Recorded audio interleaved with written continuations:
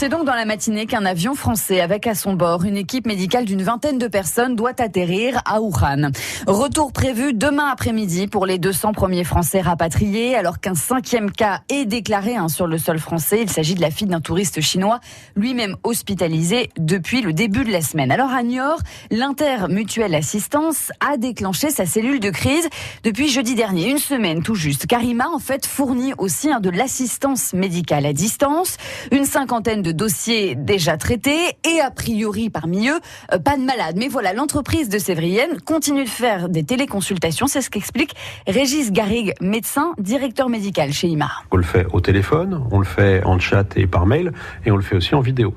Donc pour l'instant, on n'en a pas fait un nombre très élevé, mais en tout cas c'est un outil, on le sait, si jamais l'épidémie devait durer et le blocus en Chine devait continuer, on sait qu'on aura probablement une augmentation du nombre de consultations vidéo, puisque les Français que nous assistons seront rassurés de pouvoir parler avec un médecin en vis-à-vis.